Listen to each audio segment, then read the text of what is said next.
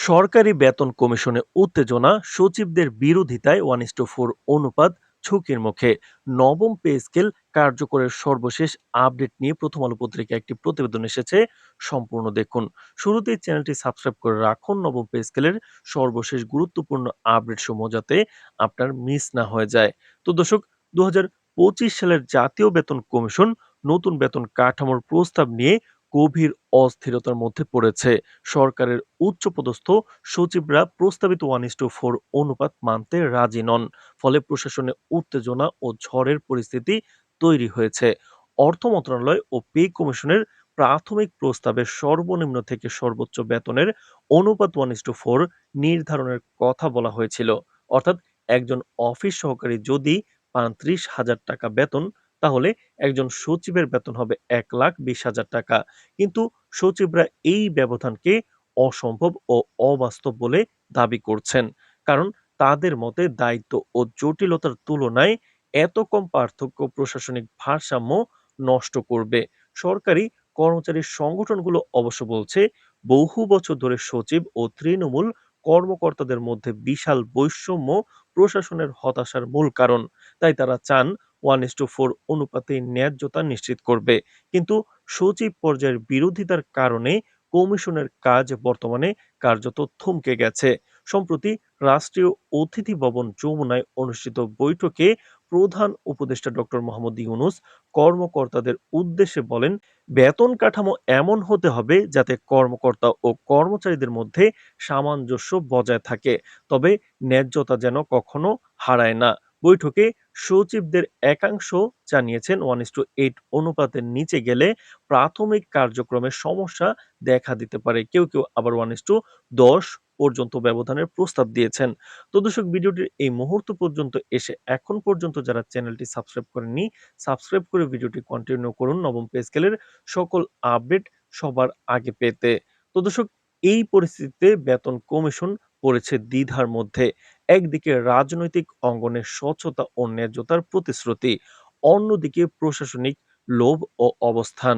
অর্থ মন্ত্রণালয়ের একজন জ্যেষ্ঠ কর্মকর্তা নাম প্রকাশ না করার শর্তে জানান, যদি 1:4 অনুপাত কার্যকর হয়, সচিব পর্যায়ের অনেক সুবিধা পুনর্বিবেচনা করতে হবে। গাড়ি, হাউস ভাড়া, বিশেষ ভাতা সবকিছুতেই পরিবর্তন আসতে পারে।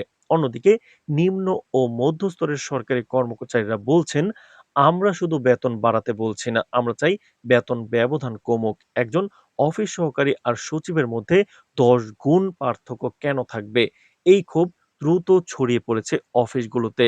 বিশ্লেষকদের মতে, যদি কমিশন সচিবদের চাপে পড়ে 1:10 অনুপাত কার্যকর করে, তাহলে তা সরকারি কর্মচারীদের মধ্যে প্রবল হতাশা তৈরি করবে। দ্রব্যমূল্যের ঊর্ধ্বগতি এবং সীমিত বেতন, এতে সাধারণ কর্মচারীদের জীবনযাত্রা আরো কঠিন হয়ে পড়বে। তবে কমিশনের একাধিক সদস্য জানিয়েছেন, এখনো কিছু চূড়ান্ত হয়নি।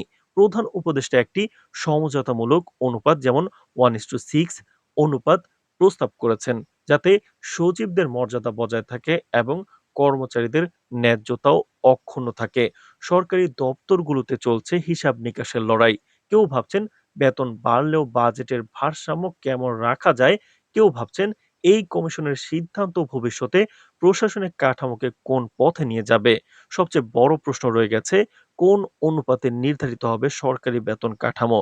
1:4, 1:6 নাকি 1:8, নাকি সচিবদের প্রস্তাবিত 1:10? কমিশনের পরবর্তী বৈঠকেই সেই উত্তর জানা যাবে। তো দর্শক, ভিডিওটির এই মুহূর্ত পর্যন্ত যারা দেখছেন, চ্যানেলটি সাবস্ক্রাইব করে রাখুন। পরবর্তীতে নবম পে স্কেল এবং মহার্ঘ ভাতার সকল আপডেট সবার আগে পেতে। তো দর্শক, মাঠ পর্যায়ের সরকারি প্রতিষ্ঠানগুলো সংগঠনগুলো ইতিমধ্যেই হুঁশিয়ারি দিয়েছে, যদি 1:4 অনুপাত বাতিল করা হয়, তারা আন্দোলনে নামবে। প্রশাসনিক স্থবিরতার জন্য দায় কে নেবে, সেই প্রশ্ন জোরালো।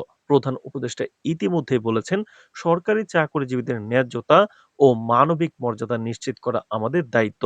তবে বাস্তবায়নের জন্য দরকার সাহস, আমলাতান্ত্রিক প্রভাব থেকে বের হয়ে একটি সুষম, মানবিক ও বাস্তবসম্মত বেতন কাঠামো ঘোষণার সাহস। সব শেষে প্রশ্ন থেকে যায়, এই দেশের সরকারি কর্মচারীরা কি সত্যিই পাবে ন্যায্য বেতনের স্বপ্ন পূরণের নিশ্চয়তা, নাকি প্রশাসনিক ক্ষমতার দেয়ালে আটকে যাবে নতুন পে স্কেল? তো দর্শক, নবম পে স্কেলের পরবর্তী সকল আপডেট পেতে চ্যানেলটি সাবস্ক্রাইব করে রাখুন। আজ এ পর্যন্তই, ধন্যবাদ।